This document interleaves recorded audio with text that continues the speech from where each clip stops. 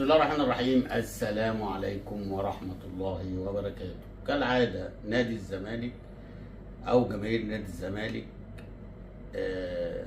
دايما المدرب واللعيبة تعكنن على جماهير نادي الزمالك. ده المعروف وده من وجهة نظري كان أسهل دوري نادي الزمالك في حالة تردي مستوى النادي الأهلي ولاعيبته ومدربه. ف يعني انا مش عارف مجلس الاداره انتوا قاعدين ليه ومستنيين ايه؟ اللي واقف على الخط ده اقسم بجلاله الله ما يمسك مركز شباب الاولى، يعني ما يمسكش. لو مركز شباب الاولى اترشح له المدرب ده والله ما هيوافق عليه. ما علينا،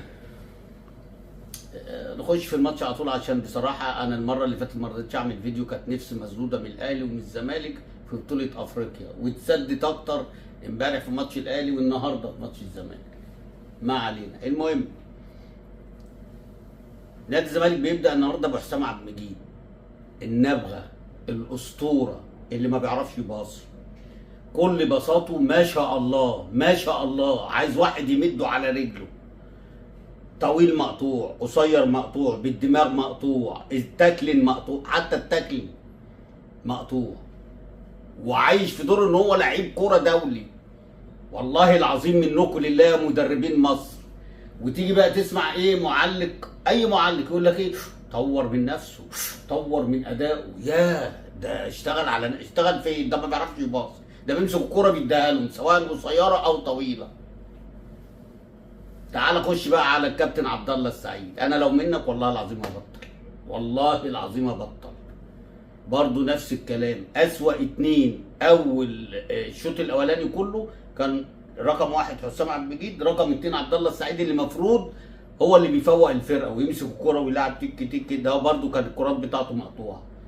رقم ثلاثة شيكوبانزا اللي هو جاب الجول، بس هي دي الحسنه الوحيده. انما عمال يهجص ويقف على الكوره ويديها لهم ومش عارف يعمل.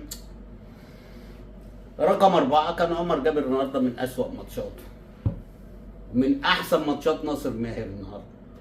يعني لو في بعض الحالات كده كان هو أحسن من الماتشات اللي فاتت يعني. وبعد كده يجي عدي الدباغ بقى نجم المباراة من وجهة نظري محمد إسماعيل، اللي هو اتحسب عليه ضربة جزاء كده غدر واقتدار زي ما بيقولوا. يعني الحكم حسب ضربة جزاء، انا مع اعتقد لو على اي فرقة تانية عمره ما يقدر يحسب. زي امبارح، النهارده ما طلعش انذارات نهائي غير بعد ايه، وطلع الانذار النهارده كمان في الاخر لبيزيرة عشان بيزيرة عشان يجامل يعني. طب ما الراجل زقه وخد منه الكوره وزقه ووقعه، والراجل راح عمل له بس بصدره كده. يعني احنا نقعد نتكلم على التحكيم اقسم بالله ما فيش فايده خلاص.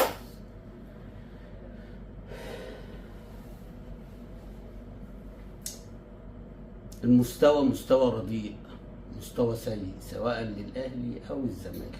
وده كان اسهل دوري برغم ان الزمالك عنده مشاكل ومفيش فلوس ومدرب قليل وكل ده، ولكن اللي مظلوم جمهور نادي الزمالك اللي النهارده بيشجع لغايه ما الحكم صفر، واقف جنب فرقته وجنب ناديه. فرقه الزمالك جاب الجون اللي هو جون التعادل. انا مش عارف يعني، حسيت كده ان الزمالك كسبان 3 خلاص، هو كده الجون ب3 فخلاص بقى قلنا او اللعيبه مش مدياك احساس ان هي عمرو ناصر ضيع واحده، وفي بيزيرة حط واحده في العارضه. اعتقد يعني ان بس هم دولت اخطر حاجه. طبعا على الناحيه الثانيه ياهو ده شاط واحده، لو في الجون كان الجون مليون % طبعا التغييرات بقى حدث ولا حرج، حدث ولا حرج.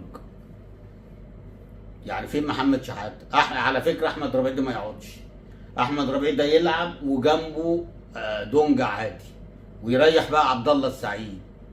يعني يريح لنا عبد الله السعيد ويقعد حسام عبد المجيد ويلعب بالونش او مصدق. ارحمونا بقى ارحمونا والله. يعني حاجه بجد الواحد ويقول لك لعيبه دوليه ولاعيبه ومش عايزين يا عم يغروا في داهيه، يجددوا ولا ما يجددوش يا عم خلاص، ده ما بيعرفوش يباصوا، والله ما بيعرفوا يباصوا، بس هي الاوامر خلاص لازم يلعب يلعب. انا ما اعرفش فين مجلس الاداره من كل الكلام ده. واحد مش عايز يجدد لك بتلعبه ليه؟ عشان تلمعه؟ هتعمل برضه هتقع في غلطه زيزو، هتقع في الغلطه دي بغض النظر ما يمشي اهو. ما التاني برضه عامل هناك بلاوي مترتله، رفع 3000 كوره امبارح ولا كوره منهم جاب جول عادي يعني. بس هي المشكله اللي مش عايزك خلاص مع السلامه، مع الف قعدوا خلاص قعدوا، ما بكبر دماغك منه. انما ويا ريت لعيب كوره بقى، يعني مثلا انت بتلعب تقول اصل انا ما عنديش وهو اللي بيلعب وهو اللي واقف على رجله وهو اللي بيلاعبني وهو اللي بينقذني. مفيش الكلام ده خالص.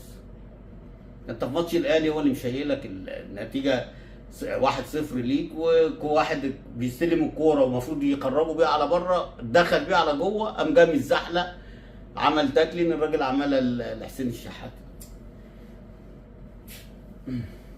لازم تشوفوا لكم حل، في 3 لازم يقعدوا وش كده، حسام عبد المجيد، عبد الله السعيد، وعمر جابر. يعني شوكوبانزا دوت يعني عادي يعني، هي الكرة مش في دماغه اصلا، بس هو عادي. انما انا بكلمك على ال3 اللي دولت مبوظين رتم المباراة او اي مباراة جاية. المفروض يدي الشحاتة عشان ماتش السوبر اللي جاي، ماتشات السوبر اللي جاي. انا ما اعرفش ما حطوش ليه. طب هو لو مصاب دخلته ليه؟ طالما مصاب ما تدخلوش الا لما يبقى سليم عشان تلعبه. ده لو مصاب زي ما انتوا بتقولوا، يعني بيقولوا ان هو مصاب، طب مصاب وحطيته على الدكه ليه؟ وتنزل سيف جعفر ليه؟ وتبدا ليه بعبد الله السعيد وتبدا ليه بحسام عبد المجيد؟ ادي كل مره الحزن والزعل والقهر لجمهور الزمالك. ده مباراه سهله النهارده، اول مره البنك الاهلي بيلعب مباراه ضد الزمالك او الاهلي ويبان بالمستوى الضعيف ده بصراحه. يعني انا عمري ما شفت البنك كده في ماتشات الاهلي والزمالك، وكانت فرصه يعني. يلا بقى على العموم خيرها في غيرها زي ما بيقولوا الجماهير الزمالك، انتوا اللي شايلين الحزن والقهر، ربنا يكون في عونكم يعني. ان شاء الله اشوفكم في مباراه قريبه باذن الله. السلام عليكم.